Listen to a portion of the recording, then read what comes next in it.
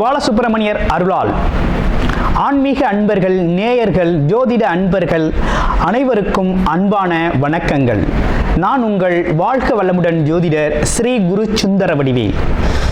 இப்போ பார்த்தீங்கன்னா 2025 நடக்க இருக்கிற தமிழ் புத்தாண்டு எப்படி இருக்குது, என்னென்ன விசேஷங்கள் இருக்குது, ஒவ்வொரு ராசிக்கும் எப்படி இருக்கும், என்ன செய்யலாம், என்ன செய்யக்கூடாது, என்ன விதமான வழிபாடுகள் செய்யணும், ஒவ்வொரு நட்சத்திரங்களுக்கும் என்ன விதமான பலன்கள் இருக்குது, இந்த ஆண்டு முழுவதும் இருக்கக்கூடிய கிரக பெயர்ச்சிகளால் ஏற்படக்கூடிய மாற்றங்கள் என்ன, வளர்ச்சி எப்படி இருக்கும், குடும்ப வாழ்க்கை எப்படி இருக்கும், சுப நிகழ்ச்சிகள் எப்படி இருக்கும், வீடு, வண்டி, வாகனம் மற்றும் அசையும் மற்றும் அசையா சொத்துக்கள் யாருக்கு அமையும், குழந்தை பாக்கியம் யாருக்கு கிடைக்கும் அப்படிங்கும் பல்வேறு விஷயங்களை பற்றி இந்த ஒரு வருடம் இருக்கக்கூடிய மொத்த பலனையும் நம்ம இந்த வீடியோ மூலமாக பார்க்க இருக்கிறோம்.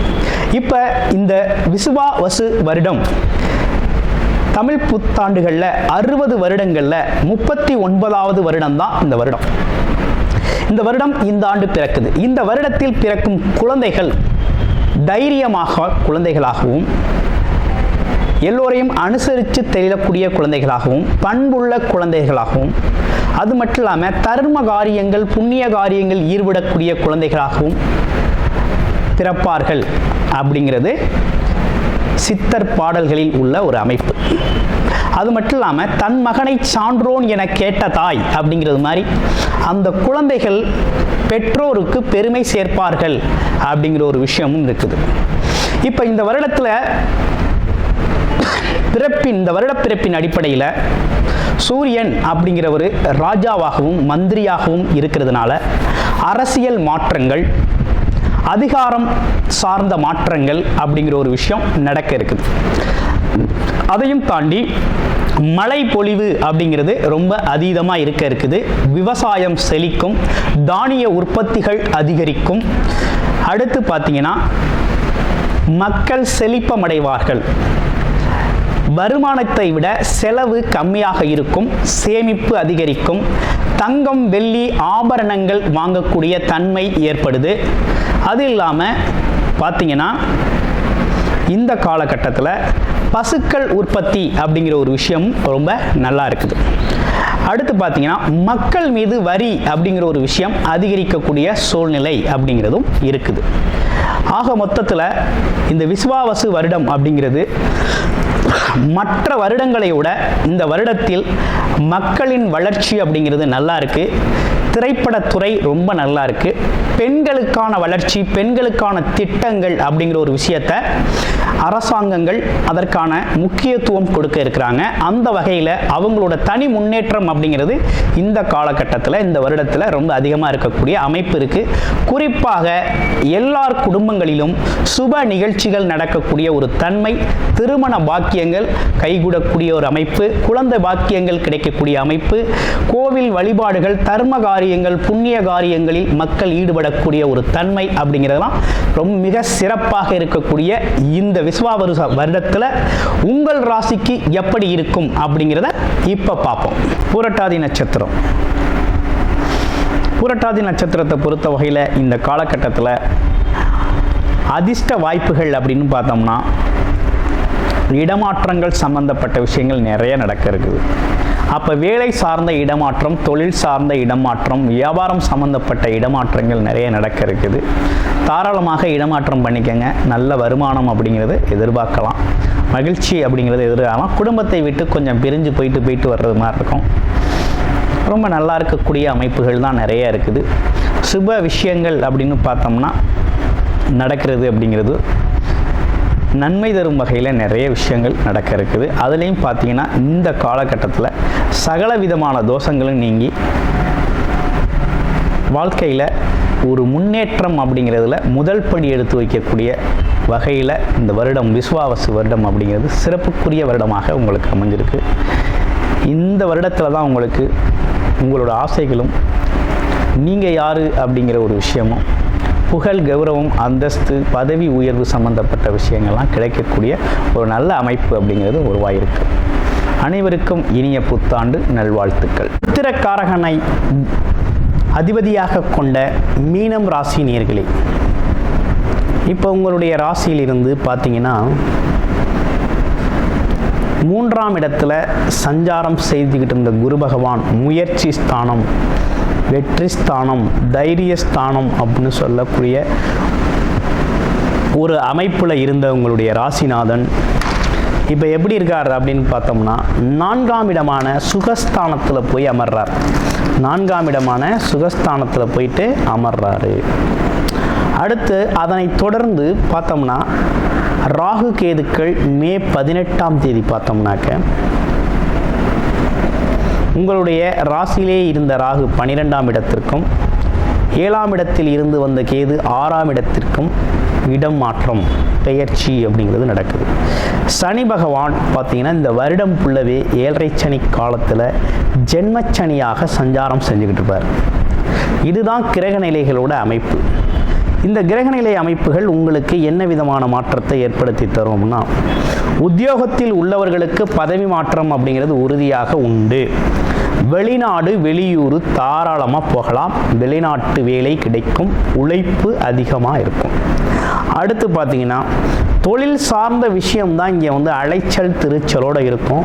ஆனால் அலைச்சல் திருச்சலுக்கேற்ற வருமானம் உண்டு அப்படிங்கிறதுல பயப்பட வேண்டாம். ஆமாம். அடுத்து வேலை பார்ப்பவர்களும் சரி, தொழில் செய்கிறவர்களுக்கும் சரி, கொஞ்சம் பார்த்தீங்கன்னா தூக்கம் குறையும்.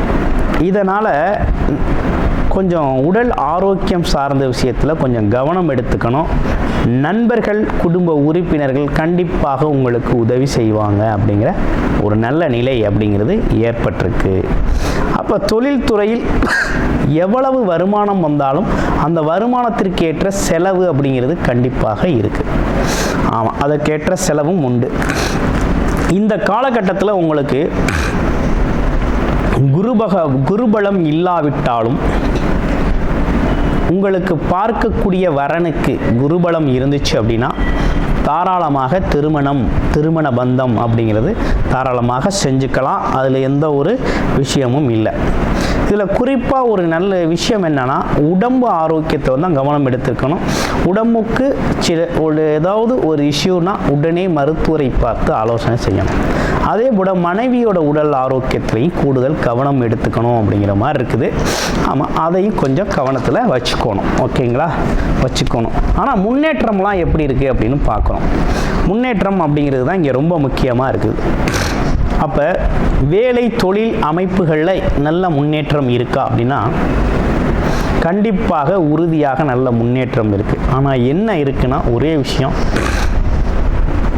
கொஞ்சம் அலைச்சல் இருக்கும், டென்ஷன் இருக்கும். ஆமாம், இது ரெண்டுமே இருக்கும். ஆனால் முன்னேற்றம் நல்லாவே இருக்கும். இங்கே உழைப்பு தான் ஆதாரமாக இருக்குது.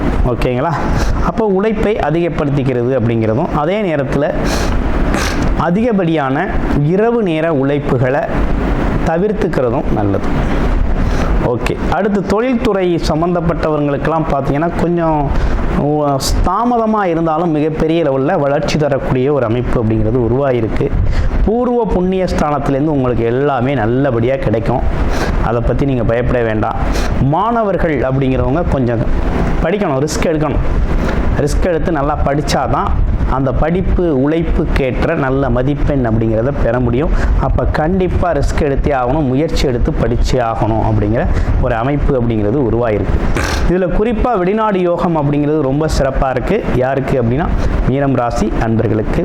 இரண்டாவது, சொந்த தொழில் நல்லா இருக்குது. சொந்தமாக ஒரு வேலை தெரியும், அதை தொழிலாக கன்வர்ஷன் பண்ணணும் அப்படின்னா தாராளமாக பண்ணிக்கங்க. ஆரம்பத்தில் கொஞ்சம் வளர்ச்சி தாமதமாக இருந்தாலும் பிற்பகுதியில் மிகப்பெரிய நல்ல வளர்ச்சி அடையக்கூடிய அமைப்பு அப்படிங்கிறது தொழில் ரீதியாக மிகப்பெரிய முன்னேற்றத்தை சந்திக்கக்கூடியவர்களாக நீங்கள் இருக்கிறீங்க. அடுத்து கோர்ட்டு கேஸு வழக்கு இது சம்மந்தப்பட்ட விஷயம்லாம் கொஞ்சம் மாற்றம் அடையுது. திடீர் அதிர்ஷ்ட யோகங்கள் அப்படிங்கிறது உங்களுக்கு வந்து சேரும். கண்டிப்பாக உண்டு. திடீர் அதிர்ஷ்டங்கிறது கண்டிப்பாக உண்டு. அப்போ எப்பேற்பட்ட பிரச்சனைகளுக்கும் தீர்வாக குரு பகவான் இந்த வருஷம் உங்களுக்கு கொடுக்குறார். பல்வேறு வகையில் தீர்வை கொடுக்குறார். அப்போ எல்லாமே சுபமாக நடக்கக்கூடிய ஒரு அமைப்பு அப்படிங்கிறது மீனம் ராசிக்கு ரொம்ப அருமையாகவே அமைஞ்சிருக்கு இந்த கோச்சார நிலைகளில் இருக்கக்கூடிய கிரக மாற்றங்கள். அப்போ இந்த வருடம் விசுவாவசு வருடம் எந்த அளவுக்கு மாற்றம் இருக்குது, முன்னேற்றம் இருக்கும் அப்படின்னா, ஜென்மச்சனியாக இருக்கிறது அப்படிங்கிறது ஒரு விதத்தில் எப்படி இருக்குது அப்படின்னா, உழைப்பை அடிப்படை ஆதாரமாக எடுக்கணுங்கிற மாதிரி இருக்குது. அதே நேரத்தில் எடுக்கிற முயற்சிகளில் சின்ன தாமதங்கள் இருந்தாலும் மிகப்பெரிய லெவலில் உங்களுக்கு வெற்றியையும் அந்த முயற்சிக்கான பலனும் கிடைக்கும். அது உறுதியாக இருக்குது. வெளிநாடு யோகம் இருக்குது. தொழில் சார்ந்த முதலீடுகள், தொழில் சார்ந்த முயற்சிகள் அலைச்சல் திருச்சலாக இருந்தாலும் மிகப்பெரிய லெவலில் வளர்ச்சி அடையும் அப்படிங்கிறது நன்றாகவே இருக்குது. கூடுதலாக உடல் ஆரோக்கியத்தில் கவனம் எடுத்துக்கணும். வழிபாடு அப்படின்னு எடுத்துக்கிட்டோம் அப்படின்னா, ஆஞ்சநேயரை நெய் தீபம் ஏற்றி சனிக்கிழமை கம்பல்சரி வணங்கி வரணும் அப்படிங்கிற அமைப்பு இருக்குது. அதே போல் சனிக்கிழமைகளில் பார்த்திங்கன்னா எள் தீபம் அல்லது நல்ல எண்ணெய் தீபம் அப்படிங்கிறது சனி பகவானுக்கும் ஏற்றிக்கிட்டு வரணும்.